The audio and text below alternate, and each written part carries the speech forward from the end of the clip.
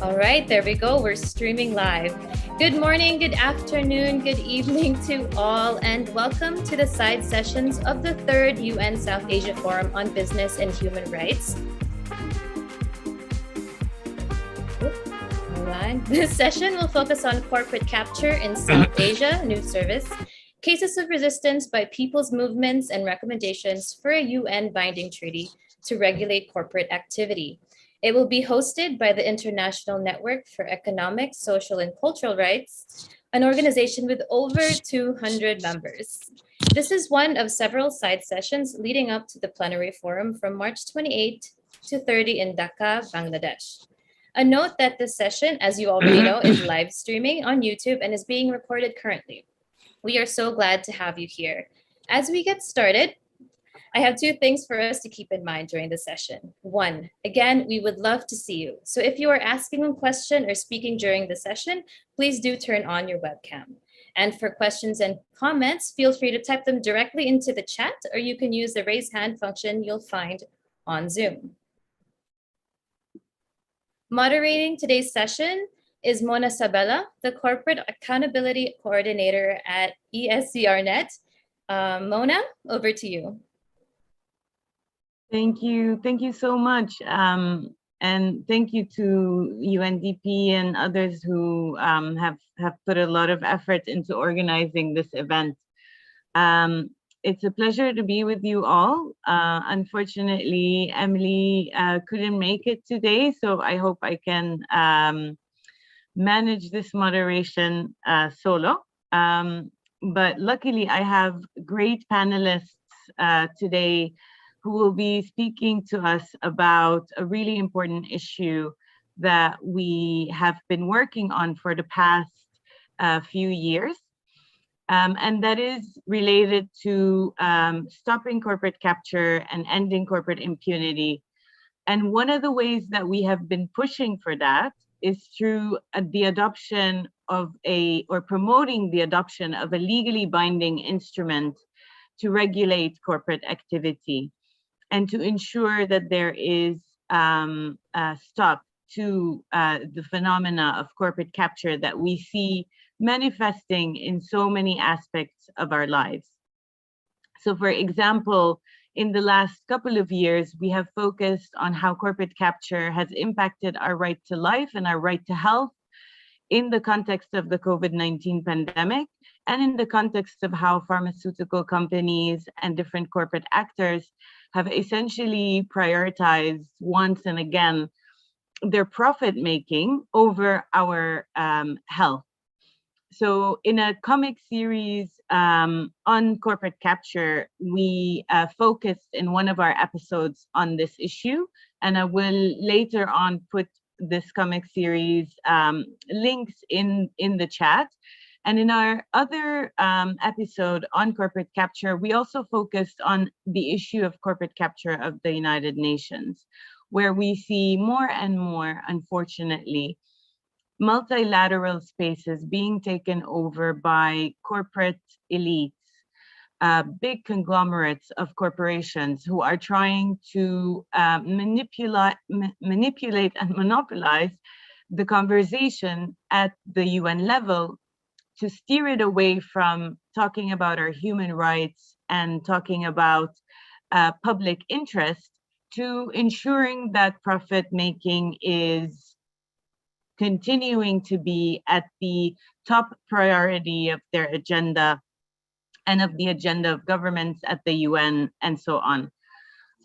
So I won't speak too much longer about this because our panelists will touch on that quite a lot. But I wanted to share with you to start an animation video that our members of the network have put together in the last couple of years that is focused on how corporate capture is happening, just an introduction to corporate capture, how we find it in our daily lives. And it's just a short 3-minute video that I will share right now. A moment. Okay, share, and I will need to share my sound. There we go. The coal mining company promised us jobs, development, and a booming economy.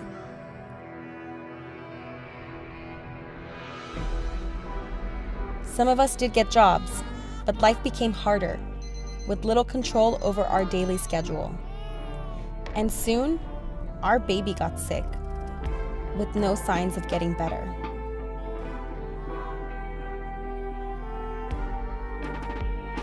And we weren't the only ones who were getting sick. I had to get to the bottom of this. What I found was a complicated story involving elected representatives and business people working together and changing any law that got in their way.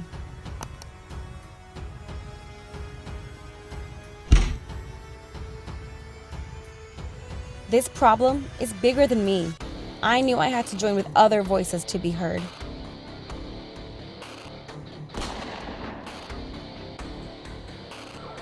They heard me and tried to silence me, and it felt hopeless. The doctors, politicians, the police all believed that the company was only trying to help. Thanks to a network of human rights defenders, I got my freedom back, and my voice is even louder now. Because this problem is bigger than our community. It's not just about one coal mining company taking over our community, our health, and our lives. It's how they do it. And how did the people who are supposed to represent us begin speaking for the company and convincing us to trust the company too? It's a complicated story, but one thing is clear. Company profits are being considered more valuable than our lives. So how do we fight for people over profits? The human rights community has started to use the words corporate capture to refer to this trend of corporations taking over our hard-won democratic institutions. Corporate capture happens when companies manipulate our local governments for their own private profit. It happens when politicians favor the corporate donors who funded their campaigns over the people they're elected to represent. It happens when elected officials go on to work for the corporations they used to regulate, and when corporate employees get appointed to public positions. Because corporations understand the power that we have as a community, they invest their resources to convince us that they are socially responsible corporations. Much like with what happened to us here, that mining company opened up a community hospital and donated medicine to distract us from knowing that they're contributing to the cause of our illness. All of this is corporate capture.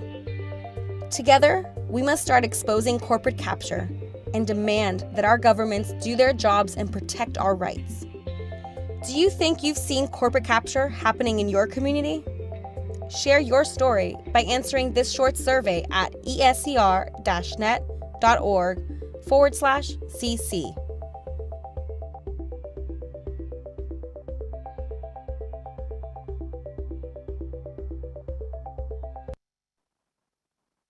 Right. I'm still sharing my screen. Stop share. Okay. Thank you very much for watching that. I see a question in the chat. If there's a link to it, I'm going to send that as soon as possible. So stay tuned. But yeah, I just wanted to kind of build on what we have just seen. I think there's a clear, in many communities impacted by corporate abuse or corporate violations, there is a clear lack of accountability. And therefore, we have been pushing for 7 years at the United Nations for a process to go ahead with a strong legally binding instrument to regulate corporations, to ensure that you cannot, as a corporate representative or otherwise, you cannot change the laws in a way that would undermine our human rights. And the way we do that is to ensure that there's regulation to prevent that. And therefore, we've been participating in this process called the IGWG, or the Intergovernmental Working Group process at the United Nations, where states have been coming together for the last 7 years to try and build up a legally binding instrument that would regulate corporations. And the positive issue on that is that, there's been really strong civil society, social movement activity and actions in support of this process, and continues. And there's a continued effort to ensure that this instrument is adopted and is developed in a way that really ensures accountability, really ensures corporate liability, extraterritorial jurisdiction, protects the right to self-determination, all the really key issues we need to see happening on the ground. But I will stop there, and I'm going to just quickly introduce our first speaker, who is going to talk to us about the current context of COVID and the current context of conflict around the world, and how that is impacted by corporate capture and the lack of corporate accountability, and how and why we need to talk about the need for a legally binding instrument to regulate corporate activity. And we have Debbie, who will speak to us on that. Debbie Stockhard, who is an incredible defender from ASEAN Burma, and a member of the steering committee of the Corporate Accountability Working Group at ESCRNet. So Debbie, please go ahead. Thank you, Mona. When you say I'm an incredible human rights defender, I already have this mental image of being a female, human rights oriented, incredible Hulk. So that's something that I would like to aspire to. But in the meantime, let's talk about corporate capture. In the context of conflict, I've been working on human rights and democracy in the country of Burma. There has been a coup in progress in the past year. And this is another space where we came up against corporate capture and attempts to influence national and international responses to this brutal illegal junta. We saw corporate interference in our fight to stop the flow of revenue to the illegal junta in Burma, which has been committing crimes against humanity and war crimes. They have been spending tens of millions of dollars on of their revenue for weapons rather than for a COVID response. And in the past year, the number of armed clashes and attacks on civilians in Burma were actually higher than in Syria. In this context, we were utterly shocked to realize that the slowness of some key state actors in responding to the violence of the coup was determined by corporate and interest, was strongly influenced. And this is where we saw a manifestation of corporate capture in international policy and international responses to a very serious and critical conflict situation on the ground. Now, in the past 2 years, all of us have experienced the most shocking manifestation of corporate capture that included a vaccine apartheid between the global north and the south. And I'm talking about the response to the COVID pandemic, where we were subjected to a vaccine apartheid, where people in the global south had such limited access to vaccines, despite the fact that some of our countries were actually manufacturing those vaccines for corporations. Even at the domestic level, in many countries, even now, the divide between the rich and the poor has been caused in terms of accessing COVID vaccines, in terms of accessing health support and social support. That divide has been caused by corporate capture of public health systems that put profit above people.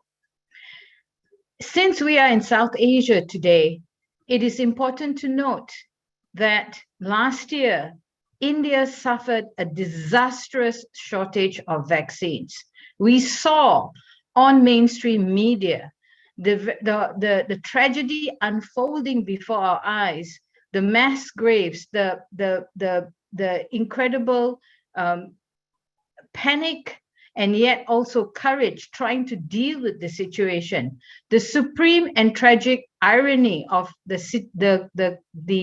COVID tragedy in India is the fact that India itself was manufacturing and exporting vaccines for corporations.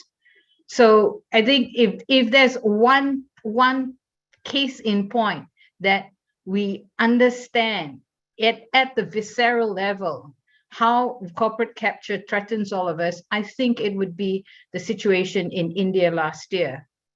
In our region, we have gotten used to seeing government leaders and politicians jumping into bed with corporations. It's become so normalized. And so when people are calling for greater application of the UN guiding principles on business and human rights and the global compact, for us, these voluntary measures don't work. This is why it's becoming critically important that all of us, states and leaders that have some principle and integrity, as well as social movements around the world, work and support a legally binding instrument to regulate corporate activity. And this drafting process for a legally binding instrument, or what we call the binding treaty, has been in progress for several years now in Geneva. And we ask everybody to pay attention to this to ensure that corporate capture is addressed in the treaty. I hope that today, by listening to my colleagues who will be speaking on this session, you will understand and empathize with the people on the ground who have suffered some of the worst impacts of corporate capture. Right now, most of these cases are ongoing and happening as we speak. And please pay attention to them and help them in their struggle to denounce and resist corporate capture. Thank you.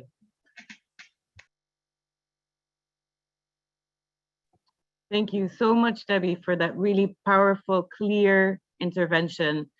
And I'm really glad that you mentioned the impacts that the pandemic has had on India in particular, and how that relates to the issue of corporate capture. And really grateful to have with us today two speakers from India who will be talking to us about corporate capture manifesting in the different areas and the different communities where they are working and living. On top of the COVID-19 pandemic and the hardships of that, you also have the usual violations and abuses ongoing by corporations and continuing to impact the communities on the ground. So without further ado, I would like to invite Prafula Samansara from Lok Sakti Abhiyan. Please go ahead. Thanks to Mona, and I will welcome to our all friends and of this session. We are talking on the corporate capture and what should be the precocious actions to be taken by UN also. But till now, we are waiting that the UN should also include some of our suggestions.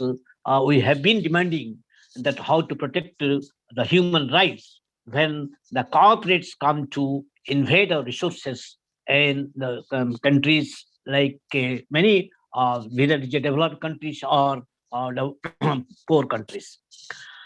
I must thank Devi that she has visualized and she has given a very much a blueprint that in what way in COVID times, including India, many countries have been facing so far the vaccinations was concerned. And it was also the human problem. And in India, we have been experiencing that even people died, thousands and thousands, when they could not be, the dead bodies could not be handled also by the state. And it was thrown to the river Ganga.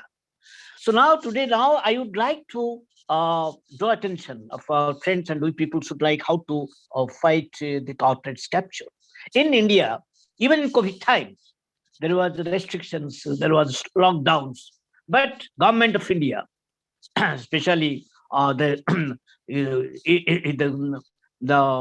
under the leadership of Prime Minister, so they announced that they opened up the coal mines, they are privatized. And it's not an industry. All industries have their captive mining. But Indian government opened for privatization to sell out, whether it is in a domestic market or the foreign market. So what happened that before that, I think 1 year and 1.5 years, since 2 years, 1.5 years, the government have auctioned arbitrarily that many pristine forests, and also there was a restriction not to enter anybody in some forests. These forests have been handed over for mining to the corporates. And without any consent, without any talking the communities. And you know that everywhere, that where there is a forest, there is indigenous communities. And this is the most vulnerable section is indigenous community or forest dwellers that are victimized. And it is also against the Paris Agreement, as well as also now the recent Glass Conference, that we should not encourage, or we should not allow the coal mining or to be used for fossil fuel is concerned. But it is also another are also many, you know that in Chhattisgarh, that is the one of the central India's state, is a indigenous dominated, community dominated state. And also Jharkhand, it is also indigenous community based state, and as well as also Odisha, where we are working. The mining sectors have become a havoc so far human rights are concerned, and the forceful mining is going on. There are laws in India. There are Forest Right Act. There are there is a law known as Pesha, that is the tribal community. And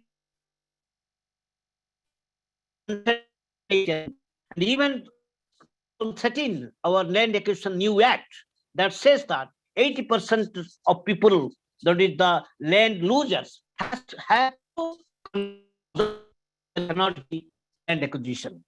But ignoring all these things, ignoring the law, and the state is violating its own law, and people are forcefully evicted for the corporate profits. Extractive industries are taking place every day. So that is also very dangerously, it is a hazardous industries that people not only are displaced from their right to livelihood, whether it is our natural resources like land, water, and and forest, as well as also the coastal ecology and coastal forests, forests. After losing the livelihood system, natural resources are being taken over. They are left alone without any protection, without any safety, because this polluting industries that are being imposed upon populous area. Suppose in Dhinkia, in our state, Odisha, where people have been fighting for more than 10 to 12 years against POSCO of South Korea. And POSCO had to quit in 2016 and 17. But after quitting POSCO, that the government of Odisha, that invited Southern Jindal Company, not only with steel plant, along with that steel plant, a cement plant of 10 million tons per year, as well as also 900 megawatt of coal-based thermal power plant. So these three united integrated plants that will have cumulative effect so far the air pollution concern, so far the water pollution concern. So this hazardous life will be taken place and people will die after this integration plant takes place. So people are not only opposing so far the land is concerned, but also to protect their life. But there is no any responsibility, there is no any accountability.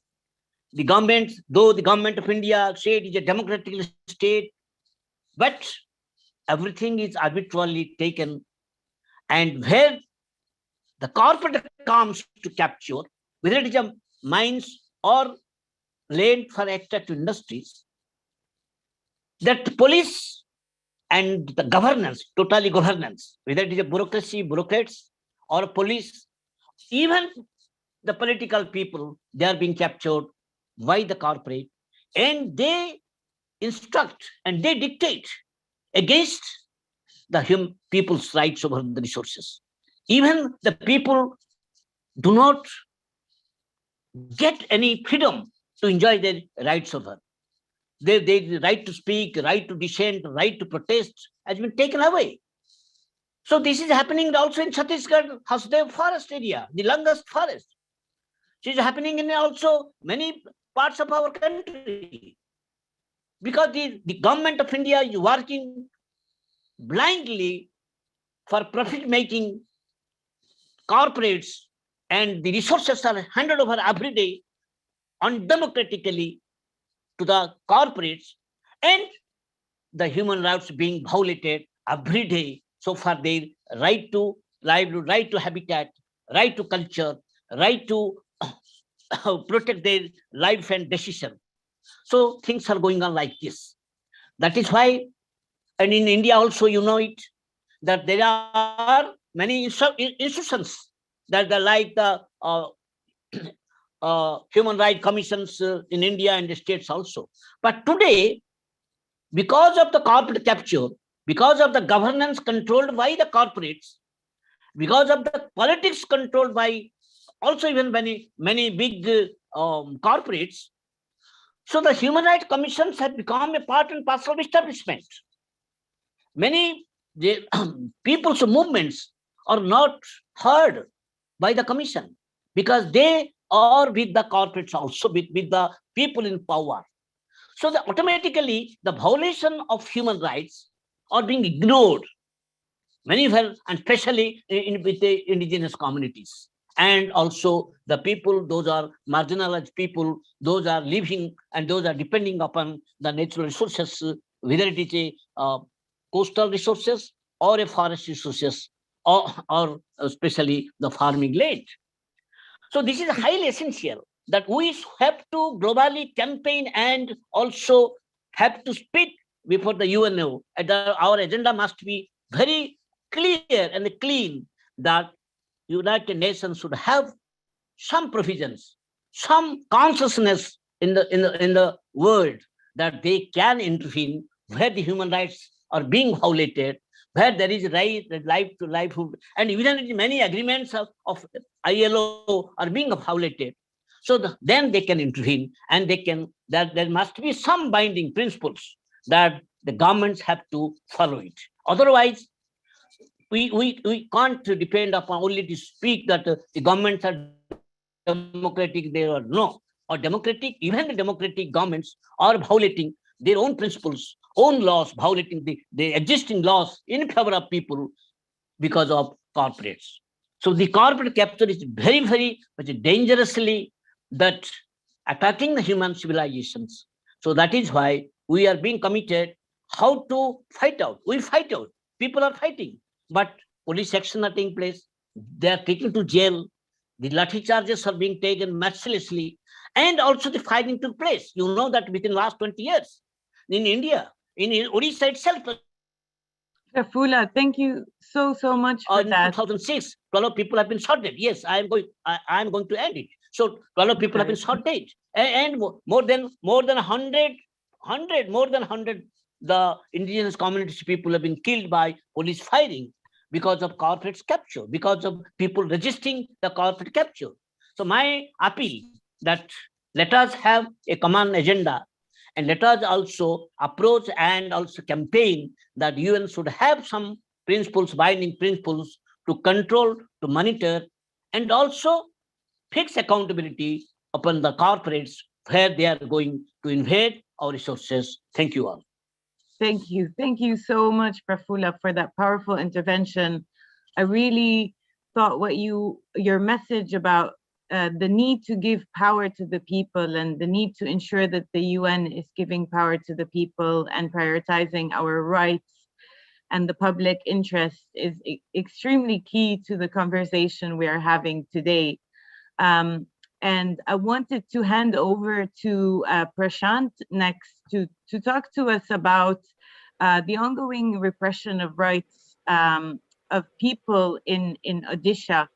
And to express first our solidarity. I know you are, the people are resisting really strongly. So would like to hear about the ongoing resistance at the moment. And would like to know as well, what do you think is needed to ensure justice for the people who are facing atrocities by the government and by the corporate actors? Thank you, Mona, and welcome to all. I just want to say that the already Praful Dadaji already said many things regarding the corporate culture, and you have also said, Mona, that regarding the description of the corporate culture. But we think that please mention in some points to corporate capture. Because corporate capture is, we think that when the corporate capture is happening globally with the relation of the international finance capital and capitalism, imperialism, and also related to the WTO, World Bank, and also International Monetary Fund. This is our opinion. And also in locally, the concept of the corporate violence and state violence also behind it, the corporate capture. This is our opinion. And dear friends, if you'll come to our regarding the resistance, you know that already I have said many times that we are fighting against the corporate capture last 17 years from POSCO to Jindal. And 2005, we have started the movement against the POSCO. And that time, already 2,500 people are under the register of the false and criminal false and fabricated criminal cases. And 5% are martyr in that time.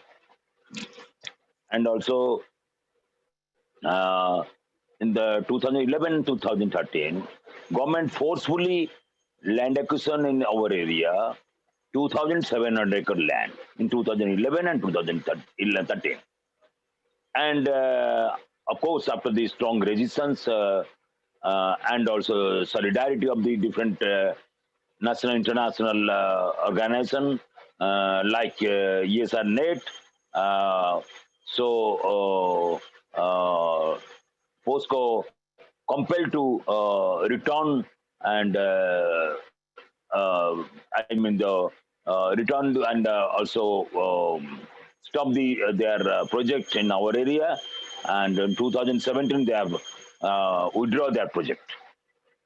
But unfortunately, after the withdraw of the project, government of Odisha wants to that forcefully land acquisition land will be converted for the land bank, because it was a forest land, so there is no law for the land bank to the forest land.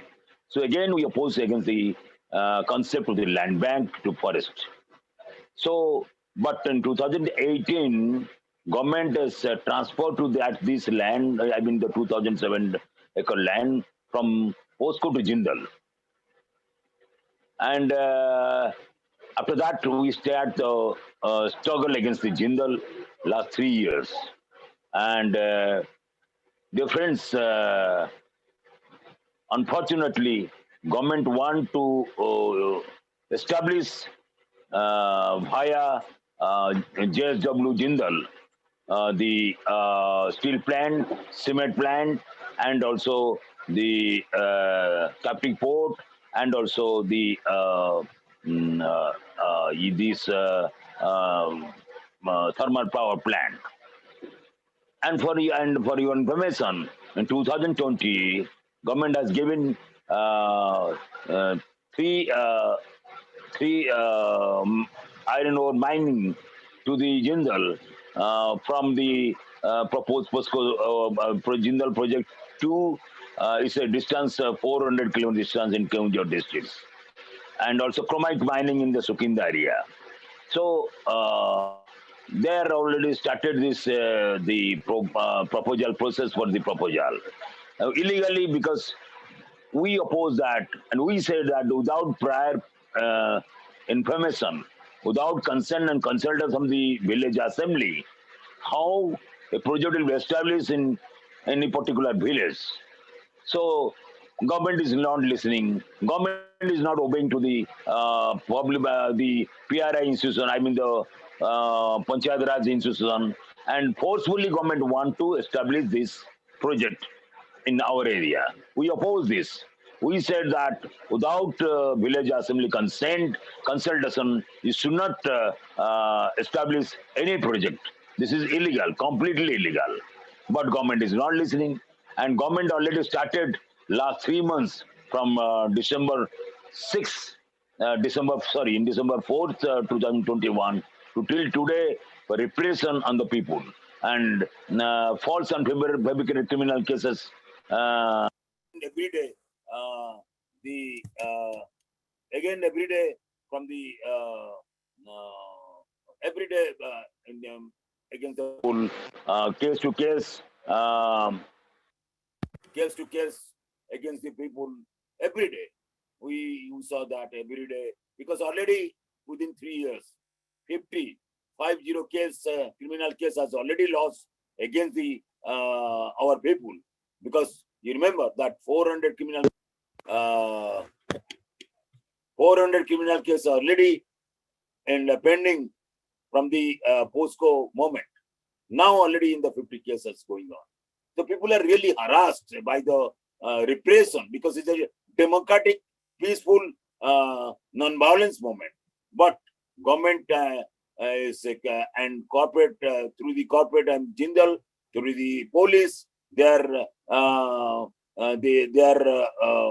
intentionally they are trying to criminal case, false and fabricated criminal case against our people, case to case. So, my dear friends, so this is our problem is continuing, and last 17 years, and all illegal activities is going on. Pollution and also the illegal work is going on in our area. People, we are opposing to this illegal work by the Jindal, by the police, and trying to divide to the people by the finance trap and divide to the people by finance and pressure and to fear to people for arrest, fear to the people for the false criminal cases. This is a very dangerous activity by the state, by the corporate, and by the police also. So, my friends, this is how we want your support and solidarity continuously to strengthen our movement. If the UN will be free from the corporate, then we'll hope that UN should be intervene in our movement activity. I mean the government decision for the general, and we appeal to the UN also via you, and also we have given many letters to the UN, but there is no result till now. We hope that ESCRNet and other friend will be appeal to UN that if UN will be free from the corporate, and they will be just to us and justice for us. We require justice, and via your platform. Thank you to all.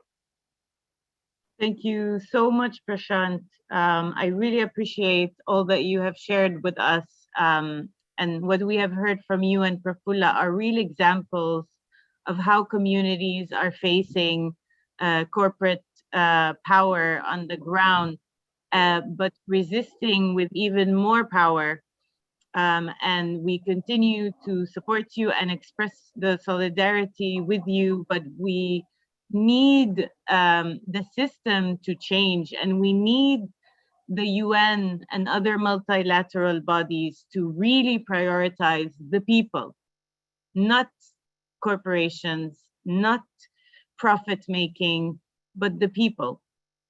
And I will give the floor now to Asif Khan from the Pakistan Kisan Mazdoor Tahreek, PKMT, who is going to speak to us about the capture of by the dairy industry in Bangladesh. And I will hand to you. Asif will speak to us in Urdu, but we will get the translation from our colleague Wali after Asif will speak. Please, Asif, go ahead. Thank you, and hello everybody. मैं बात करूंगा कि पाकिस्तान में दूध और माल मवेशी के शोबे में कंपनियों का कब्जा। आसिफ भाई जी वली, आप उर्दू में बोलेंगे, आप चुप हो जाएंगे, मैं ट्रांसलेट जब कर लूंगा फिर आप दोबारा बोलेंगे, ये साइमल्टेनियस नहीं है, ठीक है? अच्छा, तो मैं अब आपने जो बोला उसका ट्रांसलेट कर रहा हूँ, ठीक है? ठीक है। Friends, I'm Asif Khan from Pakistan Kisan Mazdoor Tahreek, and I'll be talking on corporate capture on livestock and dairy sector today. Yeah, Asif bhai. तो पाकिस्तान में दूध और माल मवेशियों के जो छोटे और बेजमीन किसानों के लिए बहुत बड़ा मसला है, क्योंकि पाकिस्तान दुनिया में दूध पैदा करने वाले 10 बड़े ममालिक में तकरीबन 5वें या 6ठे नंबर पर है, और पाकिस्तान में 70 से 80% जो आबादी है वो छोटे और बेजमीन किसानों की है, और वो दूध के शोबे से मुंसलिक है, दूध और माल मवेशियों से अपना गुजर बसर करती है। और इन छोटे और बेजमीन किसानों में ज्यादातर औरतें हैं जिनका बहुत बड़ा बुनियादी किरदार है। जी वली। So about 70 to 80 to 90% are small and landless farmer population in Pakistan. In the milk sector, 80 to 90% are the small and landless farmer are the producers, and among them the majority are the women farmers.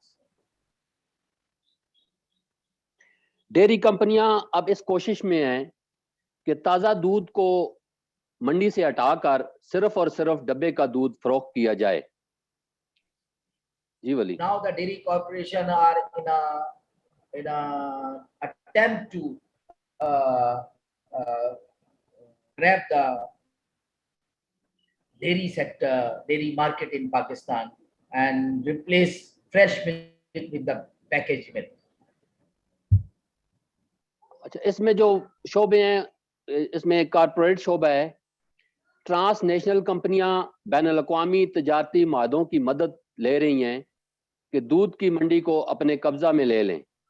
Ji Wali.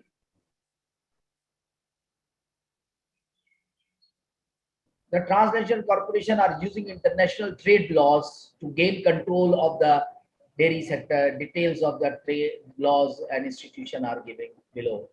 Go ahead, Asif. In ban अवी माहों में WTO और इसके माहों का खास किरदार है। मखसूस माहों में सैनिटरी और फाइटो सैनिटरी और technical barrier to trade TBT के माहे हैं, और एक और काबिल जिक्र अदारा कोडेक्स एलिमेंटेरियस है। जी वली। Among those international institutions and laws, the most important is World Trade Organization and its agreement, particularly the agreement on sanitary and phytosanitary and technical barrier to trade. Another important organization under this is Codex Alimentarius, where they codify the trade rules, the market rules. WTO और SPS का मायदा क्या है? यह मायदा हैवानात और नबातात से पैदा की जाने वाली खुराक के लिए बैनुल-अक़वामी सतह पर कबूल किए जाने वाले लेबोरेटरी मयार तय करता है। खुराक की सनती पैदावार को सामने रखते हुए ऐसे मयार बनाए जा रहे हैं जिनसे बड़ी बैनुल-अक़वामी कंपनियों को फायदा हो और छोटे और बेज़मीन किसान को दूध के शोबे से, दूध की मंडी से बाहर निकाल दिया जाए। जी वली। What's the sanitary and phytosanitary agreement of WTO deals with? It deals with using food safety and hygiene standard to enforce regulatory measures on food production and distribution for animal and plant-based products.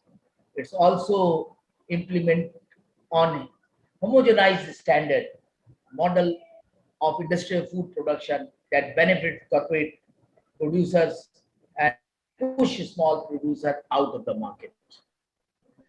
Yes. WTO का TBT मायदा, TBT मायदे खुराक पर नहीं होता बल्कि हैवानात और नबातात से पैदा करदा खुराक जो कि पैक की जाती है, पैकेजिंग पर लिखी गई हदायत के मयार तय करते हैं, और TBT के मायदे WTO के मेंबर मालिक को हदायत देता है कि अपनी खुराक के रेगुलेटरी दायरा की हैवानात और नबातात से पैदा करदा खुराक की रेगुलेशन करने की सलाहियत बढ़ाए, मसलन पाकिस्तान प्योर फूड अथॉरिटी। जी वली। So that the sanitary and phytosanitary deals with the products of plant and food, animal, whereas this TBT deal with non-food related safety provisions, such as meeting regulatory standards and packaging and labeling on food prepared from plant and animal. This is apart from itself the and WTO ने SPS और the TBT plant. के तहत It's all about animal. Sorry Yes, बोलिए, आवाज आ रही है। WTO ने SPS और TBT के तहत लागू होने वाले मयारात के लिए कोडेक्स एलिमेंटेरियस के मयारात अपनाना लाजम करार दे दिया है। जी वली। So under this WTO's agreement on SPS and TBT, Pakistani government had passed a regulation which is called Pakistan Pure Food Authority, and the WTO, SPS and TBT agreement implementation has in line with Codex Alimentarian regulation as mandatory for WTO member. So it's a cage of SPS, TBT, and Codex Alimentarius, which bring farmer at the margin. अब देखते हैं codex Alimentarius क्या है। Codex Alimentarius और WTO के SPS मायदे की हदायत पर पाकिस्तान प्योर फूड अथॉरिटी के मयार बनाए गए हैं। प्योर फूड लॉज की खास नज़र ताज़ा दूध पर है। ऐसे रेगुलेशंस को तैयार किया जा चुका है कि वो ताज़ा दूध की फ़रोख्त को बंद कर दे और पेस्चराइज्ड डब्बा बंद दूध को फ़रोख्त दे। जी वली। Based on COVID Codex Alimentarius guidelines and WTO agreement on SPS and TBT, Pakistan, as I mentioned you, there is a law now called Pure Food Law. A particular focus on Pure Food Law is fresh milk. Those who are have control of 80 to 90% in the hand of small and landless farmer. So regulations are being developed to stop sale of fresh milk, which is again, just for your kind information, this fresh milk sale is majority 80 to 90% by the small producers, particularly women. Instead of they promoting only packaged milk is being promoted. दूध के शोबे पर कंपनियों के कब्जे से पाकिस्तान में किसान औरत पर क्या असरात पड़ रहे हैं, उस पर बात करूंगा। बहुत बड़े पैमाने पर छोटे और बेजमीन घराने, इनमें औरत किसान का कलीदी किरदार है। ये किसान ठेके की ज़मीन से गंदम और चारा काश्त करते हैं। माल मवेशी की अफजाइश नस्ल से उनको रोज़गार हासिल है। जानवर से न सिर्फ रोजगार है बल्कि दूध, मक्खन, दही, घी और लस्सी के पैदावार भी है, जो कि एक घराने के लिए खुराक है। जी वली। So then I will talk now what is the impact of this on small and landless women farmer. So dairy farmers, majority landless women farmer, since they don't have land ownership, they need to get land to breed their livestock, because to breeding livestock you need fodder, and to grow fodder you need land. So just to sustain their livelihood, they take land on rent or on lease, and they pay for the land lease, and they just grow fodder and feed for their food security and fodder for their livestock, so that they can have their at least household food security. With this livestock production, is not only they get milk, but other byproduct like butter, ghee, traditional drink like lassi, all contribute to the food security. इसके अलावा जानवरों के गोबर को जरी ज़मीन के लिए महफूज करना और चूल्हा जलाने के लिए भी इस्तेमाल किया जाता है। घर के रोज़मर्रा अखराजात के लिए दूध और दूध से बनी अशिया को फ़रोख्त भी किया जाता है।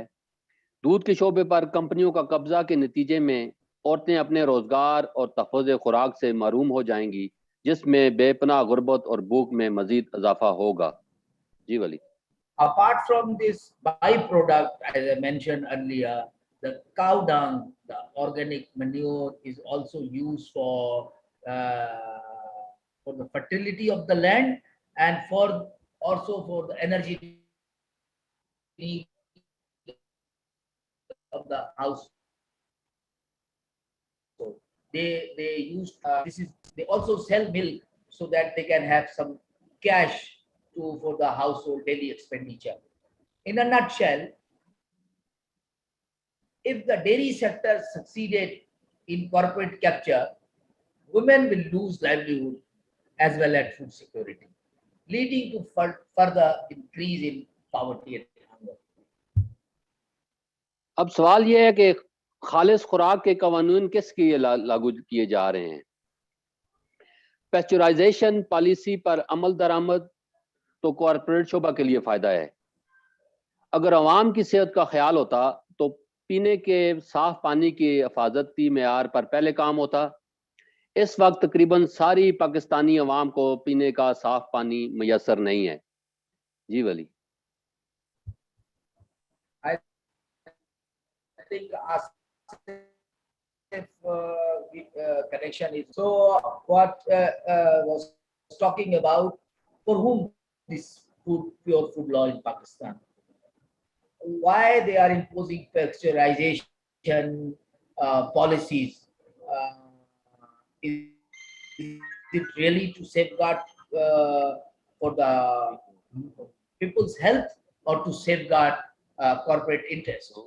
If they have public health interests, then the issue of the safe drinking water should be the top priority rather than pasteurization of milk. Majority of Pakistan don't have access to safe drinking water, but there is no such law, there is no such policies to make accountable or mandatory.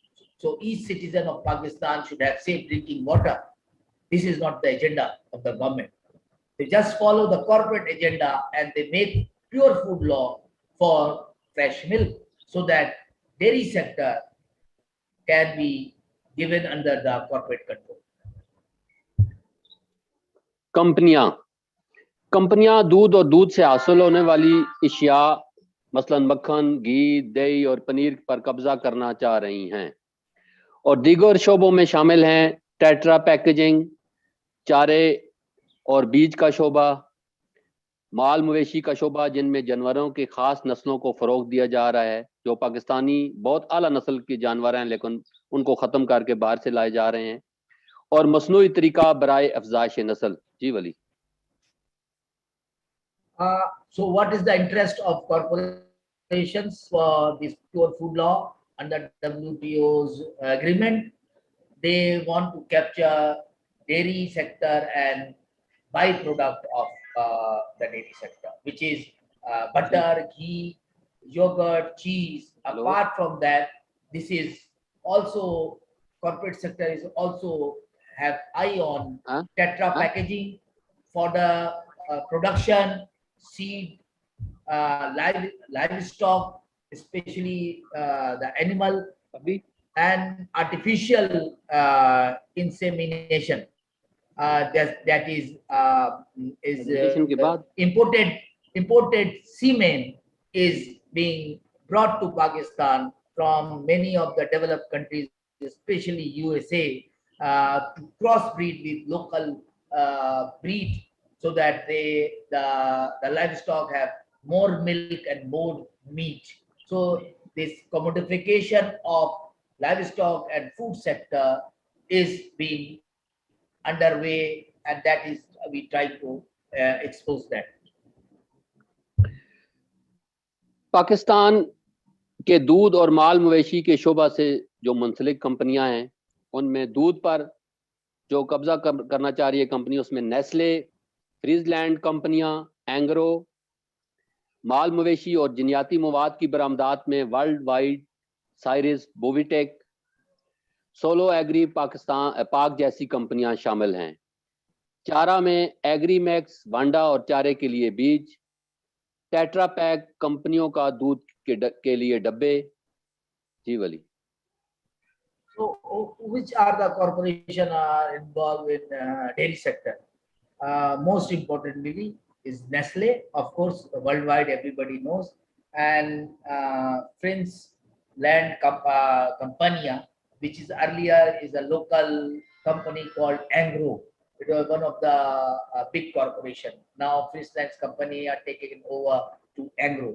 On genetic worldwide series for livestock, semen, as I mentioned you, and for fodder, they introduced different kind of fodder which made of various hazardous. I have heard that this fodder also had a portion of fertilizer, so that livestock can grow fast and can give more milk and be more bulky.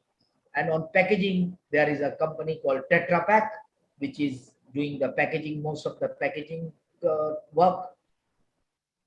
Yes, Asif. अब मैं बात करूंगा कि पीकेएमटी के पास आगे बढ़ने के लिए मुतालबात और हिकमत अमली है। उसमें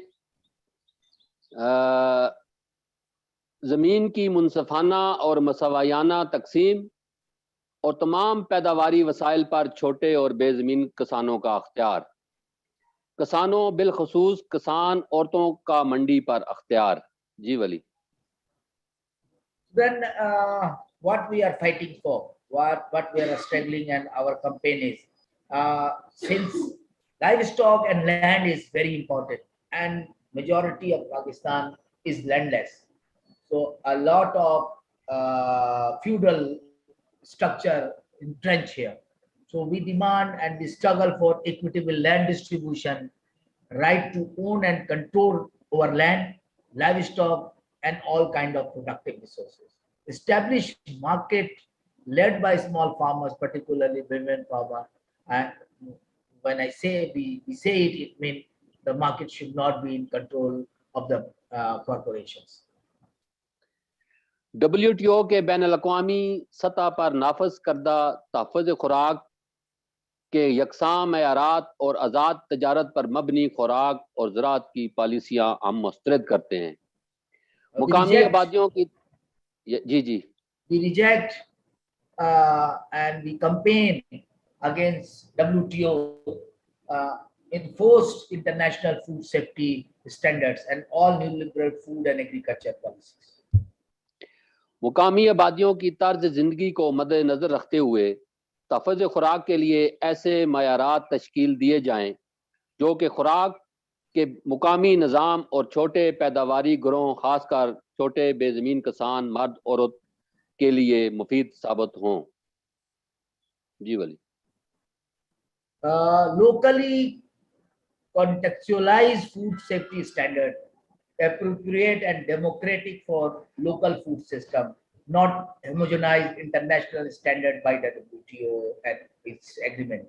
Focus of effort on conserving indigenous livestock species, no imported semens. Hold the global industrial meat and dairy complex accountable for its contribution to industrial waste and climate emergency vis-a-vis greenhouse gas emissions. माल मवेशी की मुकामी नस्लों के तहफ़्फ़ुज़ पर तवज्जो मरकूज़ की जाए। गोश्त और दूध की आलमी कंपनियों को ग्रीन हाउस गैसेस और सनती फजले की आबो हवा में अखराज पर जवाबदेह ठहराया जाए। किसानों और गवालों को मतहर्रक करते हुए यूनियन और एसोसिएशन का क़याम अमल में लाया जाए जो कि किसानों को तजारत के बेहतर मौके फराहम करे। दूध और माल मवेशी के शोबे में सरमायादार ममालिक की बैन अल-अक़वामी कंपनियों के गैर मुनसिफाना हुकूमती ज़ाब्तों और कंपनियों के तसल्लुत के खिलाफ तहरीक को मजबूत किया जाए। जी वली। Further strengthen unions and associations that will take the struggle for food sovereignty forward. The corporate capture in dairy and livestock sector, nationally, internationally, need to be resisted, and there is a need for a strong resistance against this corporate capture because a majority of, especially in case of Pakistan, women farmers are attached to this and their livelihood depend on this sector. और आखिर में मैं बात करूंगा, पीकेएमटी मज़ामत पर यकीन रखती है, इसलिए पीकेएमटी ने माल मवेशी और दूध के शोबे पर कंपनियों के कब्जे के खिलाफ मुल्की सतह पर शऊर की बेदारी का आगाज किया है। जी वली। Lastly, I would mention that at PKMT, we believe in people's sovereignty, and we believe that we need to fight for people's rights. And PKMT launched countrywide awareness and campaign on the issue of livestock and dairy sector corporate capture. इसी हवाले से social media मुहिम का भी आगाज किया है, देहात की सतह पर तालीमी प्रोग्राम का आगाज किया है और इलाकाई सतह पर शऊर की बेदारी के लिए हम सरगर्म अमल हैं। Thank you very much. We design a social media campaign on the issue. We are starting community education program with women farmers, and we also, as PKMT, is a secretariat coordinator for Asian Peasant Coalition (APC). So we will be sensitizing regionally on the corporate sector, corporate capture of dairy and livestock. Thank you very much.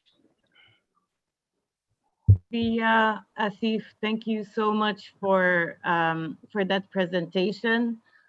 You've given us another important case of corporate capture of multilateral platforms like the WTO and other institutions of decision making that will essentially impact small local Pakistani producers in the case of the dairy industry.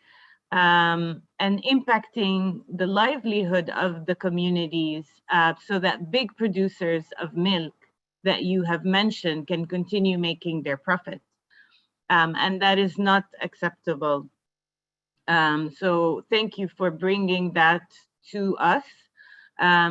Even more reason for us to be pushing back against corporate capture and calling for the regulation of business activity, and to move on from the voluntary measures, as Debbie has said in her first presentation.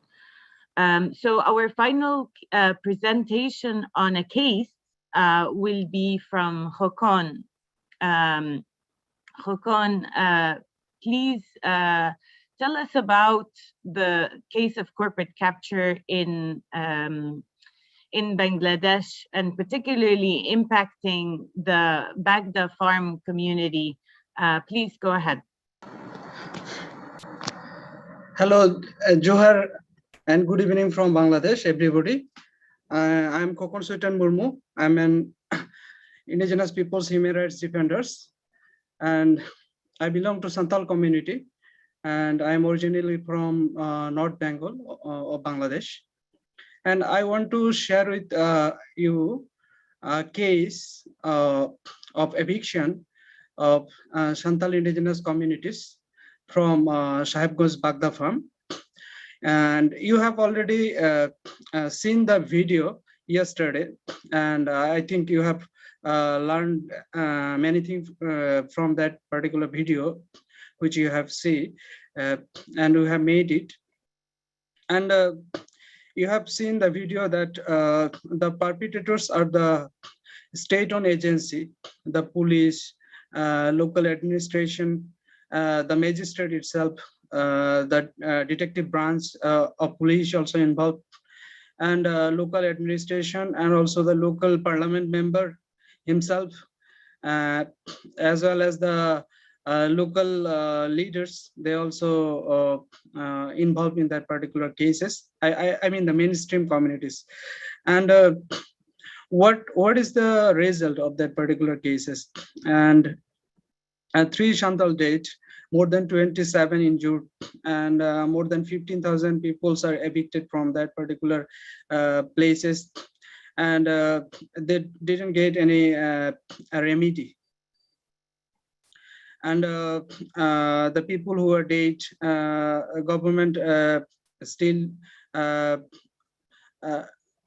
not ensure the justice.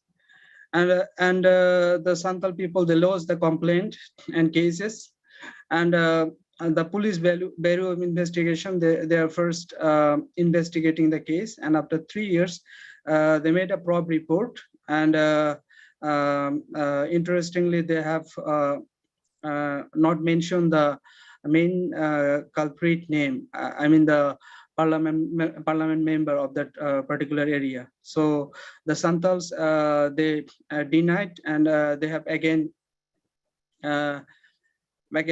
prayer for a written petition, and later the court gave to the CID, criminal investigation department, to the case, and the CID again made the same probe report, that they have not mentioned the name of the local parliament member, police, and also the magistrate. There are 4 magistrates, they are involved, and also many goons of that particular area. So almost 6 years passed, and there is no result. That CID is still not. Again, the Santal Santal denied that particular prop of CID, and the CID still not again give the prop report. So we are seeing that the impunity of justice of indigenous Santals of that particular areas, and they are living a very miserable life, and you have seen already through the video, and they are demanding the compensation from the government, and they are also demanding that government should give back to their land, the particular land. And interestingly, in 2021, the government again made a mistake. I will say that this is a mistake, that government declared that that particular land of Santal will be the special economic zone. They have declared it, and the chairman of BHR, Bangladesh Exporting Export Processing Authority Zone chairman, he is a ex-army officer, and he said that they will see the Santals people, that they will get the job. But the Santal people demand is they will not give to their land to the BHR or any other particular authority of government of Bangladesh. And see, the government itself is a perpetrators. It's grabbed the land of the indigenous Santal communities. Again, it violates the rule of EPIC by UN, pre-prior and informed consent, when it has made a plan to establish a special economic zone on that particular areas, and also violates the ICCPR, and violate the safeguard laws of indigenous communities of Bangladesh, which is East Bengal State Acquisition and Tenancy Act, and it violates the UN guiding principles, protect, respect, and remedy. So if you see that particular case, what is the mindset of the government? In Bangladesh, we are almost 2% of the indigenous peoples who are living in Bangladesh, and the government of Bangladesh still not recognize the indigenous people as indigenous in the constitution.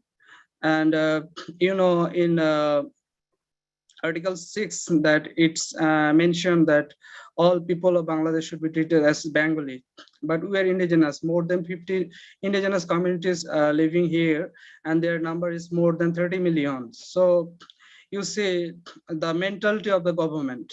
You know, this Bagdafam case is not this is not the first time. In Pakistan period in 1962, the government of Pakistan acquired the land from the Santals, and it's evict the Santals from there. But in that particular contract, when they have acquired, and number 5, they mentioned that if government anytime don't able to produce the sugar cane from that particular land, it will goes back to the original landowner.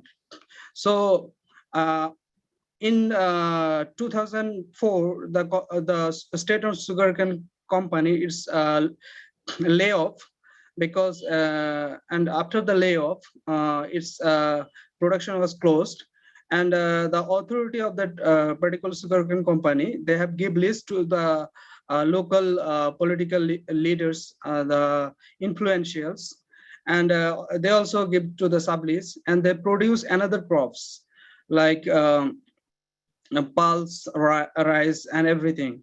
So they have violated the they have violated the contract which have made in 1962 through the East Pakistan government to the Santals. So when they see that in 2004 the government have violated the contract and the special prerequisite of 5 and 6, they came back again and started a movement called Sahib Goes Bagda Farm. In 2014, they have strongly movement against the government, that government should give back to their land.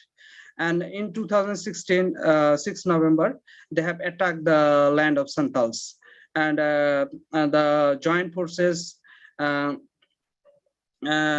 police, and local administration, they have involved in that particular situation, and they have shot to the Santals and fired to the Santal houses, and 3 Santals spot dead and 27 injured, and more than 15,000 people evicted.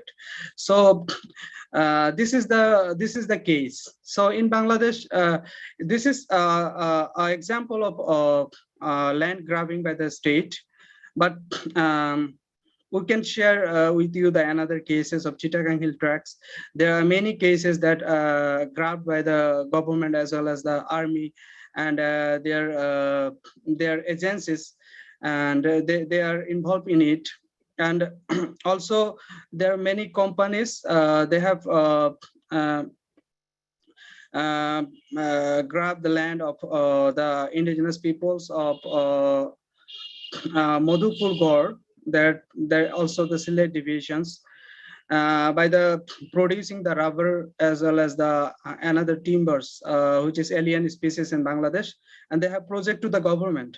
So the government again violate the UN guiding principle and prerequisite, and donors especially, they have overlooking the assessment of the government, the prerequisite assessment before funding the special purposes of the special project.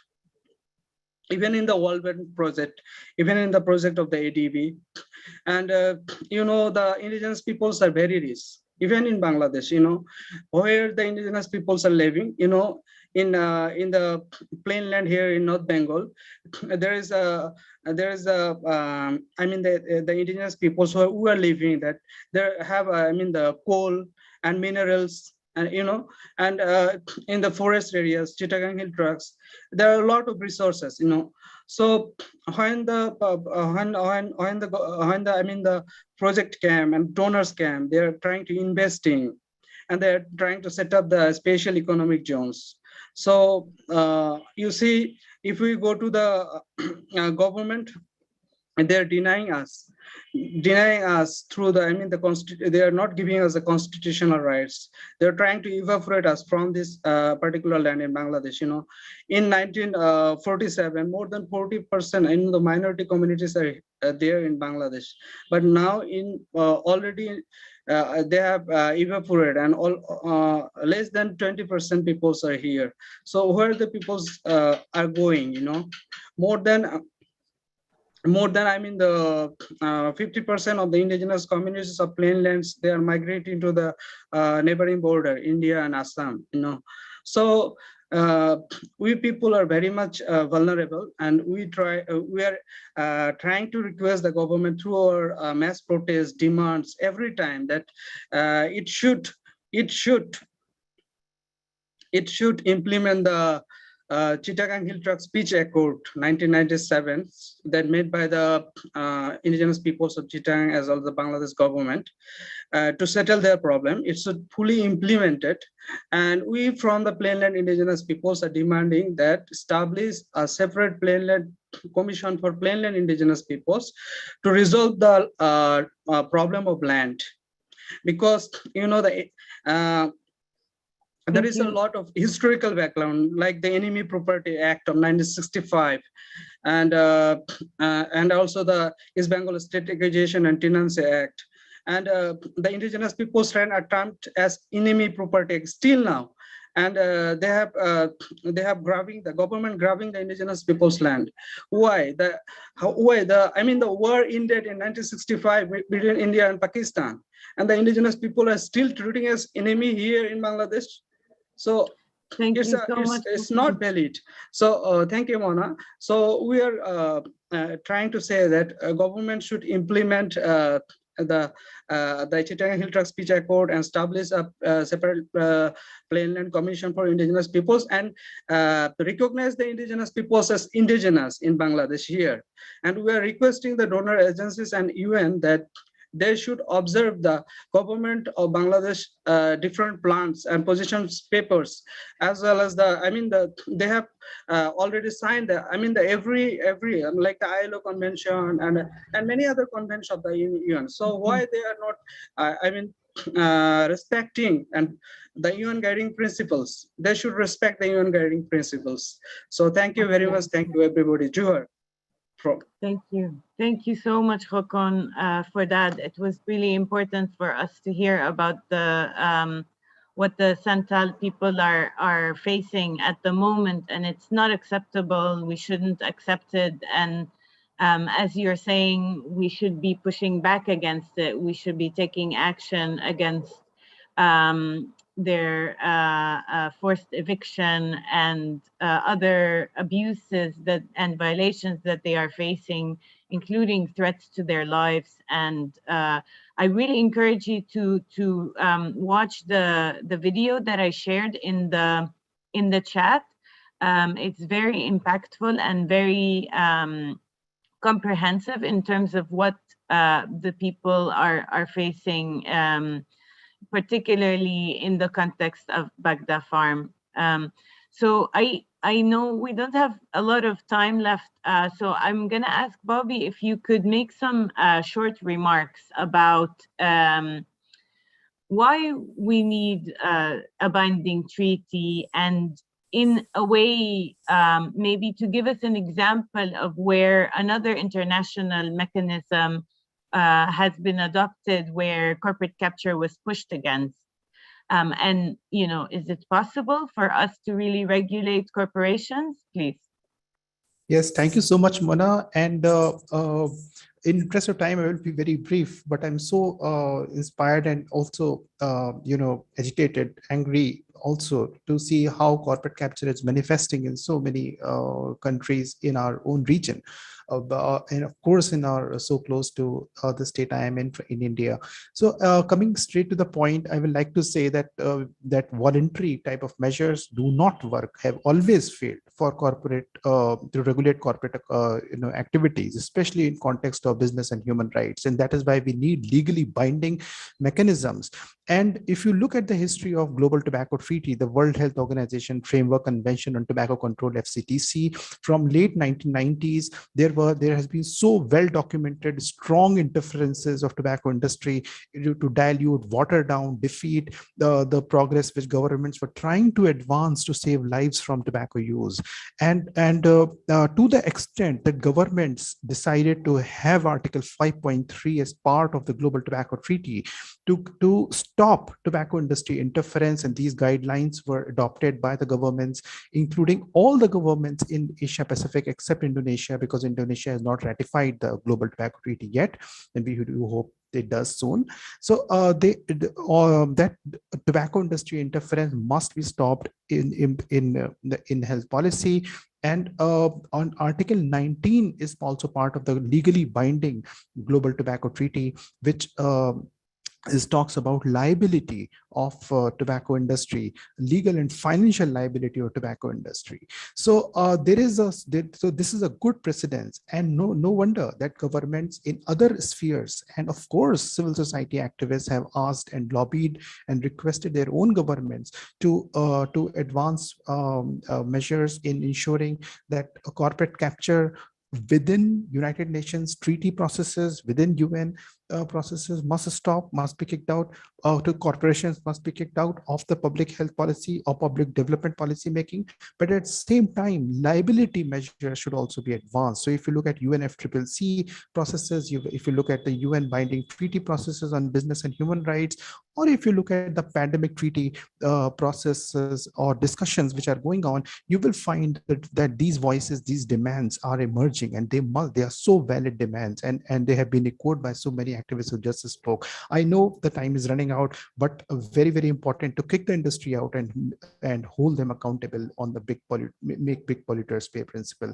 Back to you, Mona. Thank you. Here. Thank you so much for that, Bobby. I really appreciate it. And now that we only have 3 minutes left, I actually would like to give back the floor to Debbie to maybe give us a final word with a question from my end. Debbie, what do you think states should prioritize, states should be doing in the context of the UN binding treaty process and in attempts to stop corporate capture? Thank you. Thank you, Mona, and thank you to all our inspiring and passionate speakers. I think every time I listen to them, I learn something new. One of the things that we often encounter when we talk to some of the political leaders and government leaders is when we're trying to address corporate capture is they might sometimes throw their hands up in the air and say, these corporations have so much more resources than us. And they use that as a reason or sometimes as an excuse not to address corporate capture. And so I think what we need to do is understand that a legally binding instrument, the one that is currently in drafting stage in Geneva, needs to have the active support of states, our states. We need to demand that our states engage and support this process in order to equalize the power between corporations, the state, and the people. If we are serious about dealing with the challenges in the years ahead, communities on the ground are already feeling the serious attacks on their livelihood and survival. We're talking about climate change, environmental degradation, disease pandemics, conflict. If we're talking about trying to deal with all of these and these attacks, not just on our human rights, but on our very survival, we do need our states to step up, engage in the process of drafting this legally binding instrument to make sure that everyone can be held accountable. And in this case, corporations are not able to use their wealth and their economic power to get what they want and to subjugate states and people. So the fight continues. People on the ground are not giving up because they know they have to come to resist corporate capture in order to survive. And in many respects, when we deal with issues, grapple with issues of climate change and environmental degradation, we are not just fighting for our respective communities' survival, we are fighting for survival of this planet. And corporate capture should not determine how that happens. Thank you. Thank you, Debbie, for those powerful words to end this session today. And thank you, everybody, for being here, for sticking with us. Please feel free to contact us should you have any questions or anything that you would like to follow up on, or if you would like to be engaged in the UN treaty process and want to find out more about how you can do that, please do reach out. I'm putting my email in the chat, and I would love to be in touch with you and connect you to any of our incredible speakers today.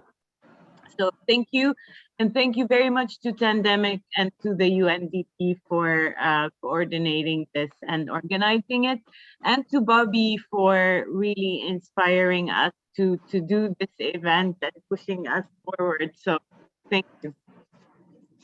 Thank you, everyone. Thank you, everyone. Thank you. Bye-bye, everyone. Take care. Stay safe. Thank you. Everybody. Bye.